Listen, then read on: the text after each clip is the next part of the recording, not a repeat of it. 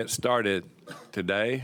We have one agency to report. Before we get started, I'm Bill Whitmire from Oconee County, Chairman. To my left is Jackie Hayes from Dillon and Shonda Dillard from Greenville.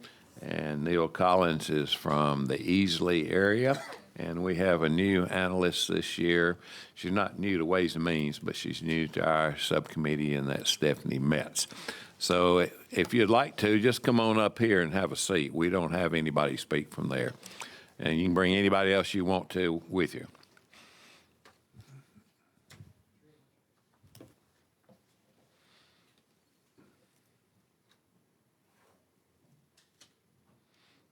Just come on up and have a seat right there. And just identify yourself for the television folks, and I'll let you go as soon as you have a seat.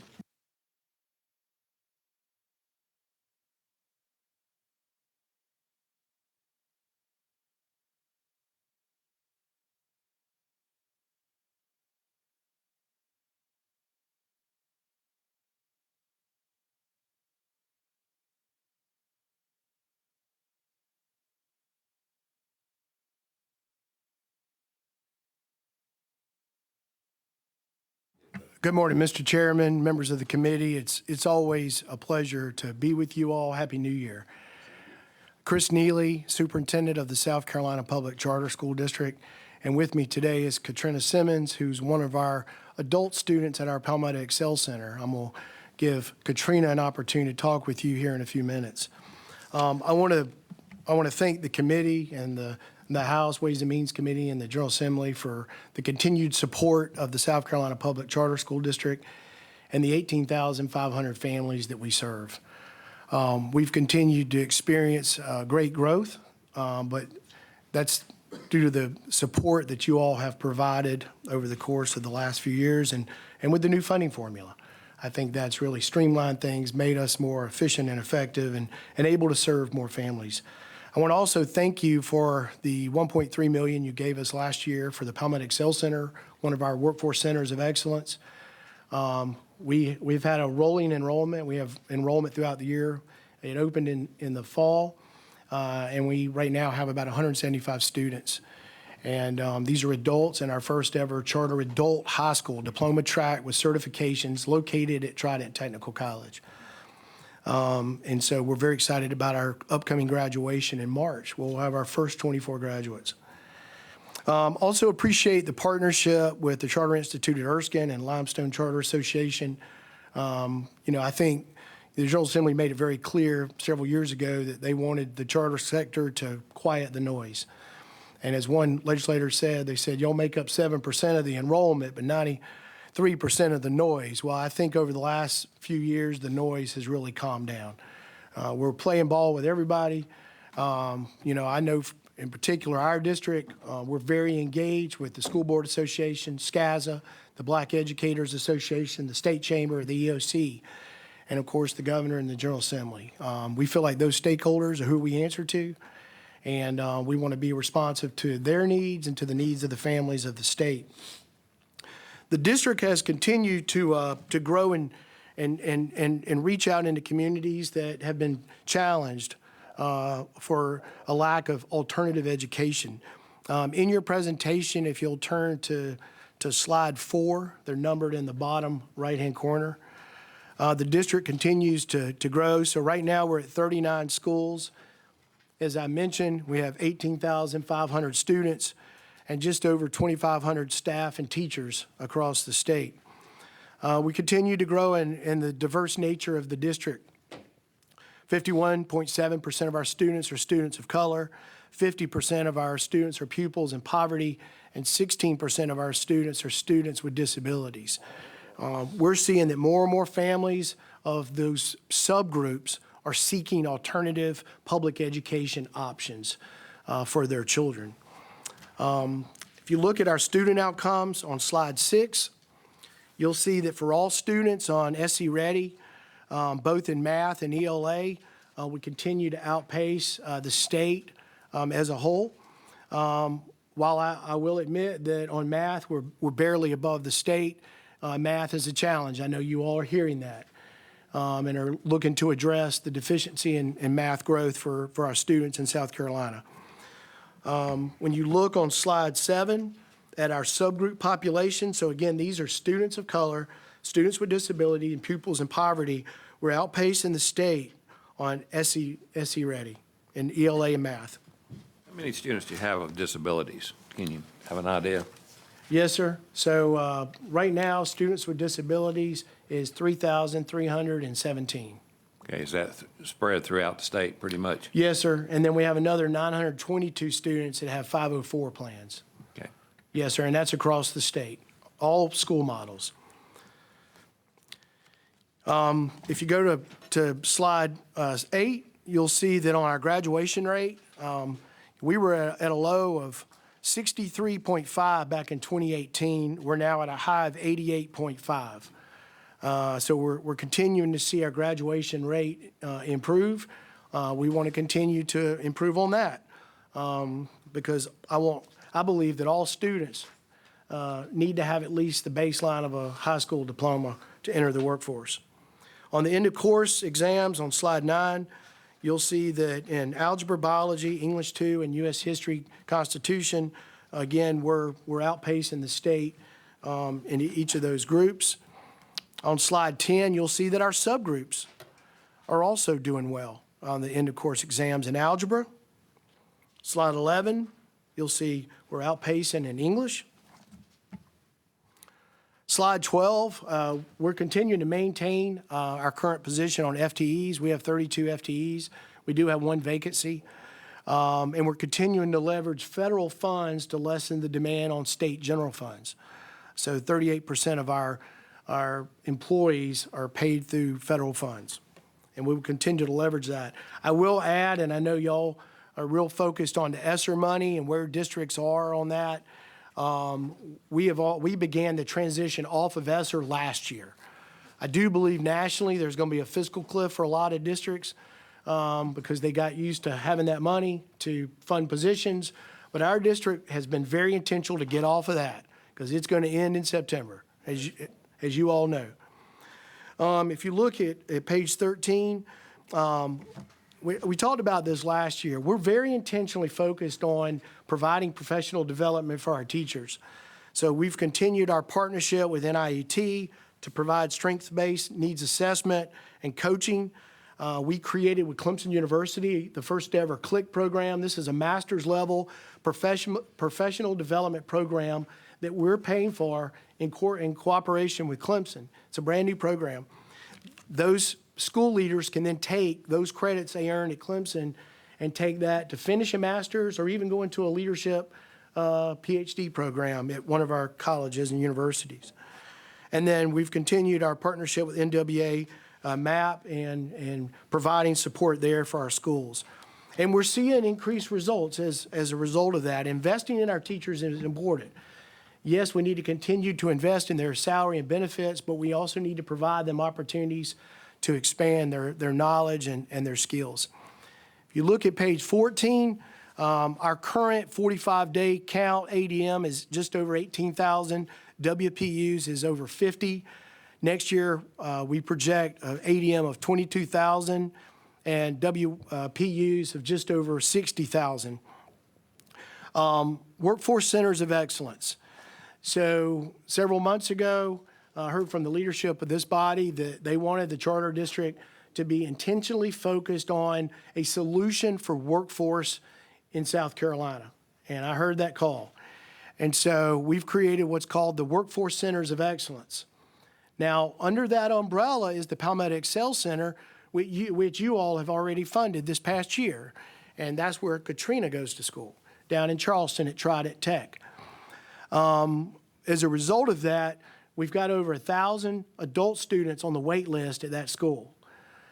So in our ask for this year, the only ask I have this year is $5.9 million for student enrollment for the Workforce Centers of Excellence, the Palmetto Excel Center, the adult charter high schools to be located on our technical college campuses, and then an additional $5 million for the infrastructure for these schools. So because these are charter high schools for students over 21, they're not eligible for the federal P&I grant funding that the Department of Education has. So what we're asking for, and what we've learned this past year with Palmetto Excel in Charleston, is that we need the infrastructure money so they can hire people before school starts in July. They can have the money to renovate a facility. So like in Sumter, for instance, we're talking with Central Carolina Technical College. They've got some excess buildings, but they need to be renovated so that we can put students in them. We don't have any of that kind of money. So we're asking for some infrastructure development funds to help us grow these schools. The leadership has asked me to put these schools on all 16 campuses of our technical college system, both a traditional high school, 14 to 21, and then the Palmetto Excel Center model of adults over 21.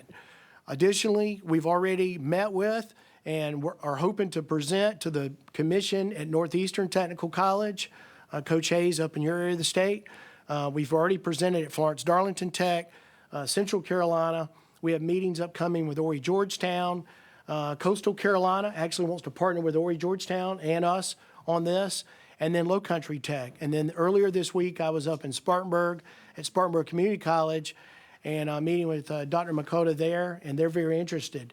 And what's unique about these schools is they're all unique to the market in which they will be located. So in Spartanburg, for instance, Dr. Makota said, we need students that are prepared for healthcare and manufacturing jobs. Well, that makes sense for that part of the state. Down in Charleston, they're real focused on culinary and hospitality jobs, the same in Myrtle Beach. So it's a unique brand of charter schools. And I want Katrina to share with you her experience after just one semester.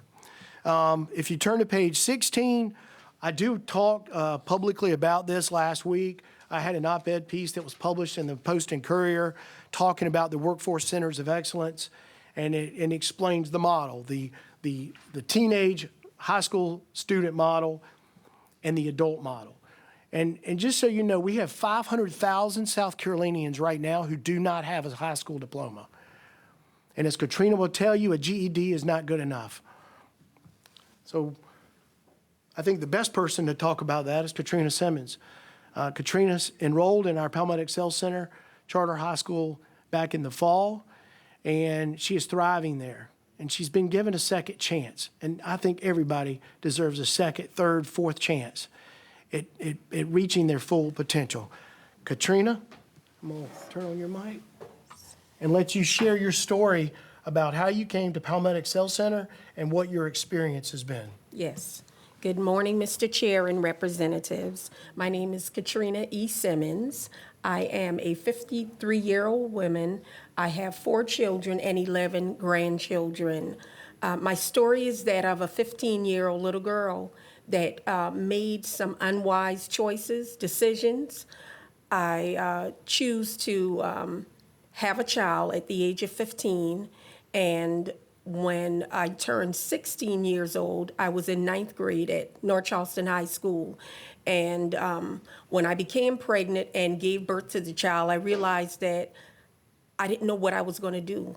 I didn't have child care. I didn't have any finances or resources. So it was as if I was stuck. And from that point, at age 16, until from the year of 1986 until 1991, my life spiraled out of control. Within that time frame, from 86 to 91, I had 4 children, and I was unemployed. I was a single parent, and I couldn't see my way through.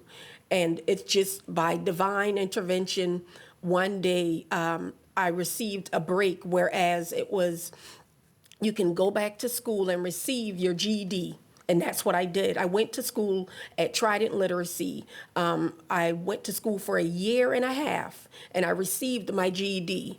But something was still missing, but I made do with what I had.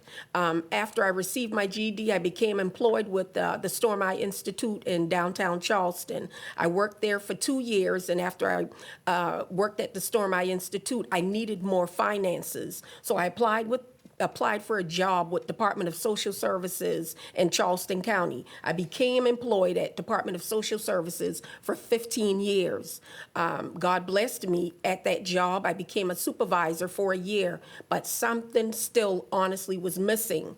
And working at Department of Social Services gave me an opportunity to better see the needs in the community on the level of the adults and the children that actually mirrored my face. I was made aware of crimes. I was made aware of high school dropouts. I was made aware of senior citizens that didn't receive their high school diploma either. So in the meantime, I prayed. I always prayed that I would have another chance to receive my high school diploma, because I truly do know and believe that it's one thing to tell a child something, but for a child to actually see you put your words into action, you convey a much stronger and powerful message. So I sit before you now as the face of one, but I promise you, the voice of many. There are so many individuals at Palmetto Excel Adult High School that's in the same situation that I was in, and even graver situations, and they are just so blessed. They're striving, they're trying. Once you haven't been to school in quite some time, it's not as hard, it's not as easy remembering everything, but they get up out of their beds in the morning and they come because they want to do better. They want their children to see better, because not only I, but so many of them, we realize that the way that society is right now because of our children is because of a lot of things that the parents did not or were not able to do. So I'm just standing before you on today just to inform you that the school has been a tremendous blessing in my life, an answer to a prayer, but it's not only me. It's all over. I can speak for South Carolina, and when I look on YouTube, you look at the crime rate, and idle mind is the devil's workshop. A lot of our children have given up. A lot of the parents have given up because they feel like no one understands my situation. There is no second chance, but Palmetto Excel is a blessing, and it is another chance for us to recover all. So I just wanted to share that story with you. I thank God for my GED, but it wasn't enough because we're trying to convey a message to the children and even to parents at this very pivotal time with the way that society is. So I just stand to ask you to please allow the doors to remain open, and if we can expand and just voice to the people, to the children that help is there. Think about the single parents that made the choices, teenagers as myself, and just not speaking about it, but putting it into action, just to let them know that the door is open. All you have to do is apply yourself. And it was so simple. I was on my way. I got a job with JCPenney in North Charleston, and I was on my way from work one day, and I saw the sign that said that Palmetto Excel through Goodwill is now opening up an adult high school. So I took that as God leading me in that direction so that I could be able to fulfill a longing, desire, a dream, and a hope. And I live in a community with a lot of individuals that share the same mirror as I do. So I just know that I'm a light to the community. I'm a light when it comes to faith-based because I am a believer. I'm a Christian. So I just know that the school would actually be a blessing to so many others. And also, what school can you go to as an adult and also receive child care? What school can you go to as an adult with someone saying to you that, okay, we'll help you. You don't have transportation, we'll help you with public transportation. And when you graduate from Palmetto Excel, it's a certification. You don't find that anywhere else. So I thank God for the doors that were open unto me. And I do hope and pray that you would allow those doors to remain open, because you would be being a blessing, not only to myself, but to society as a whole. Thank you. We congratulate you on your success story. It's truly inspiring to all of us. So, thank you, sir. And we plan to make sure a lot of other adults get that same opportunity. Thank you, sir. Anybody else want to say anything? Jackie? Doctor, explain the process. How does that school day run compared to the traditional school? So that's a great question, Coach Hayes. So as you know, charter schools have autonomy at the local level to decide on curriculum and instruction. And so the school has a flex schedule where the adult students can come and they go to class in the morning, and then many of them have to work in the afternoon, and vice versa. Some work in the morning and then they go to class in the afternoon. So we're allowed by the law to have that flexibility so these students can continue to work and take care of their kids. She mentioned the child care. That's also unique. Expand on that, please. Yeah, so what we found, and Katrina could speak on this, is many of the students have young children. Yes. And that is a barrier for many of our students if they can't have someone to keep their kids. They might not have a parent or a grandparent that could watch them. So they bring the kids to school, and we have teachers that are there to be able to provide the child care. It's only while they're at school, though. It's not full-day child care. It's just while they're in class. And we pay for that. We cover that. That's included in the cost. Yeah. And this is a result of the money that you all funded last year. Thank you. This school would not exist. And as I mentioned, there's 500,000 people like Katrina that want the same opportunity. She's going to graduate with a diploma. She's going to have certifications, and she's going to have better opportunities for better jobs. And when we went up to Northeastern Tech, they said this part of the state needs it, No question. desperately needed. Coach Hayes knows that. We want to be Question there. about it. No question. Y'all asked us to come up with a solution for the corridor. This is one of the quickest ways we can do it.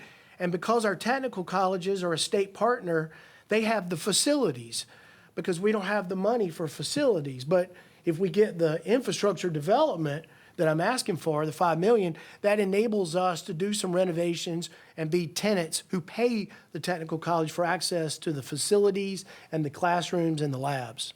So, speak a little bit about the workforce certificates that they're providing there. So each of the certifications that are available are the ones that each of the technical colleges currently offer.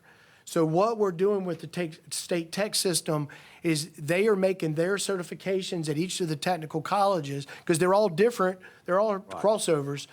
But those that are already available, they're making available to Katrina and our students to go to the school. The same with apprenticeships. So all of our technical colleges already have partnerships with business and industry.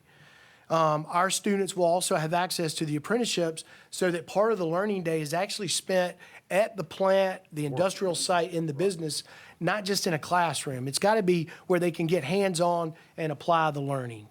All right. Thank you. And ma'am, I applaud you. Thank you, I sir. applaud you. Thank you. Thank you, Mr. Chairman.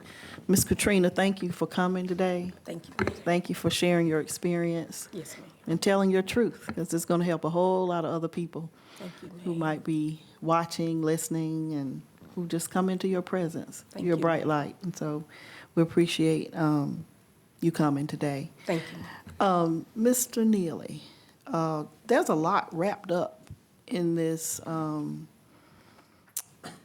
school, Palmetto Excellence, that could be a pilot for a lot of other things that I'm hearing.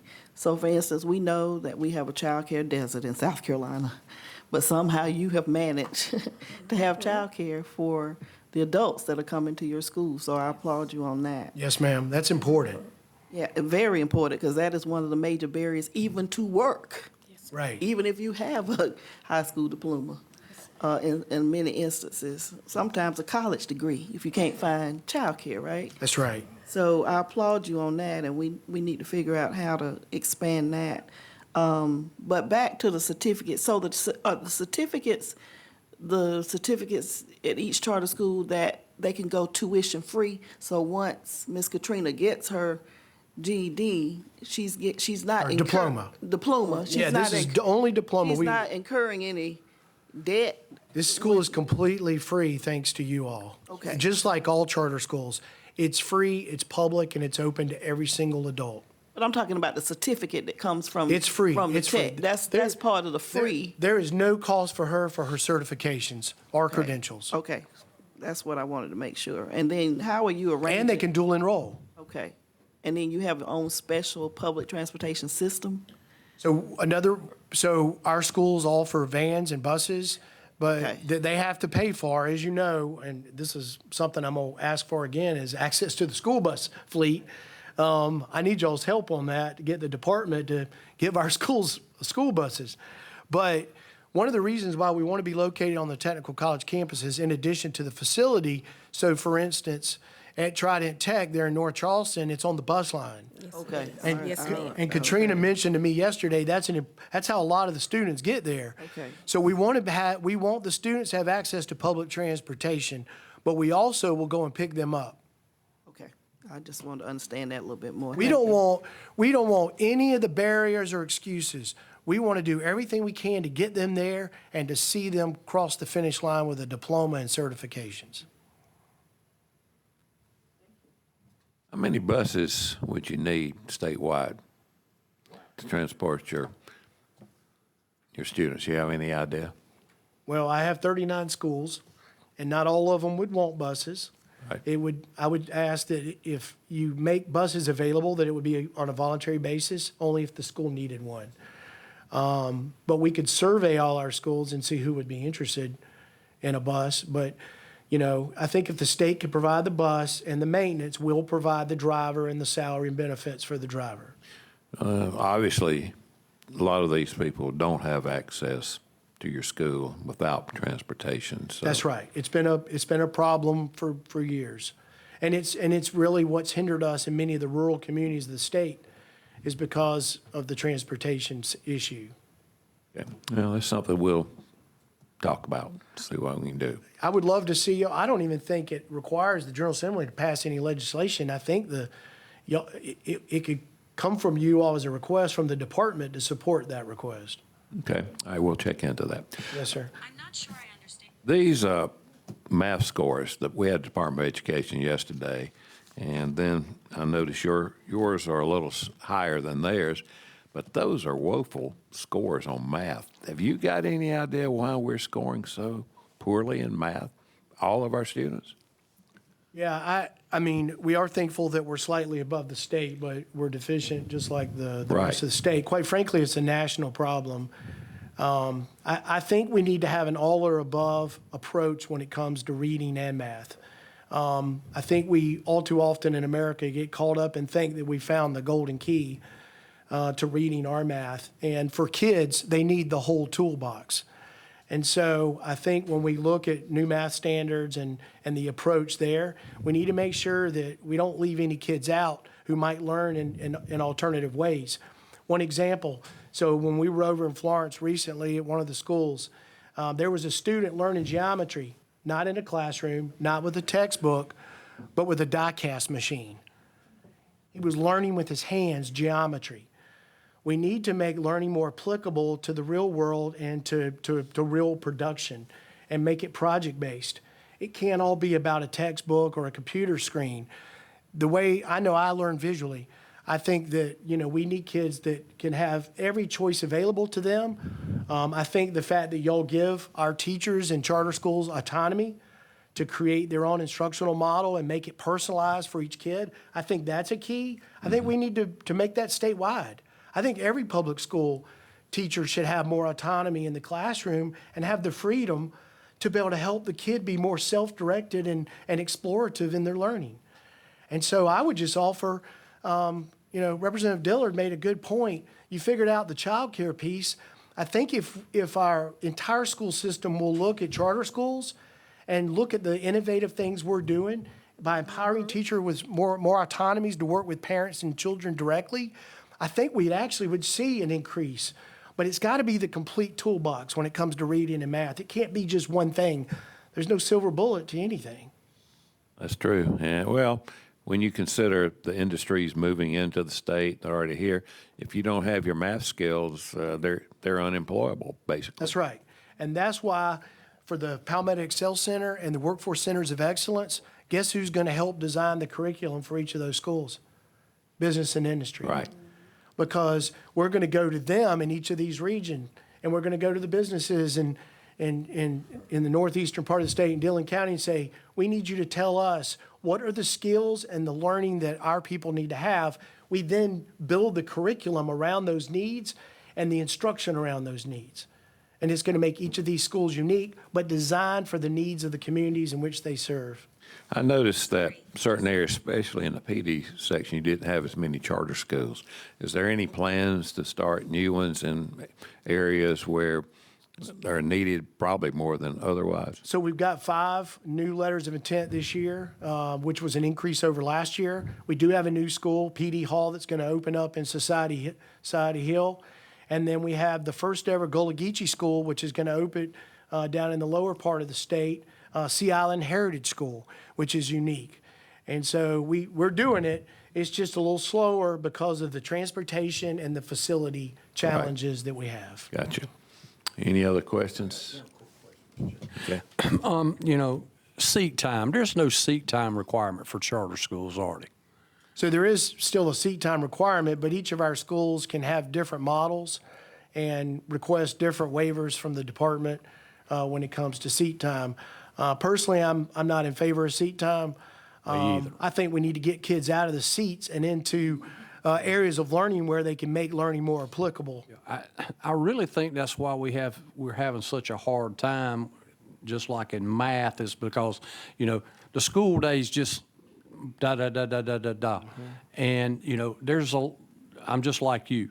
I probably learn different than you do, but you know, we got to kind of find some different kind of ways. It's not a one thing fits all. That's right. And I think that's important. I think that's one thing y'all really do good in the charter schools is y'all kind of find that nick, where do they fit in and how do they make it work? So, you know, I've been kind of tough on y'all for a long time. You know, when 2018, your graduation rate was in the 60s. Now it's almost at 90. I applaud you for that, and I appreciate what y'all doing. Yes, sir. Thank you. On that note, we also have alternative education campuses, and we have 3 of those in the state. And these are for kids that we go out that have dropped out of the local school district. They've dropped out of the system. And we go out and find those kids, get them back in school. And when you walk into those schools, there's no rows of desks. There's no enclosed classrooms with no windows. It looks more like lounges with sofas and learning areas. And those kids come in, they take their laptop, they sit down on one of the sofas with their instructional coach, and they stay there and get their work done, and they're graduating. We've got to think outside that proverbial box when it comes to this generation of kids. And they're struggling with so many things, social and emotionally. We need to be there for them. And we've got to get away from this old model that we've had for 150 years where we think that sitting them in a desk for 6 hours is the answer. Obviously, we can look at the data in America and see that's not the answer. Well, obviously, innovation has been your key for success. And obviously, by the number of charter schools that are starting to spring up, that tells me that you're doing what needs to be doing for education. I know the public schools feel like they're hamstrung somewhat with what they have to do, so I understand their situation also. I want them to have the same opportunities we do. I agree. I think they should be allowed to have non-certified teachers in the classroom like we're allowed to do. I think we can need to figure out the child care even in high schools, because we have young people that are having children in high school. We should be able to provide for them as well. And likewise, we need buses.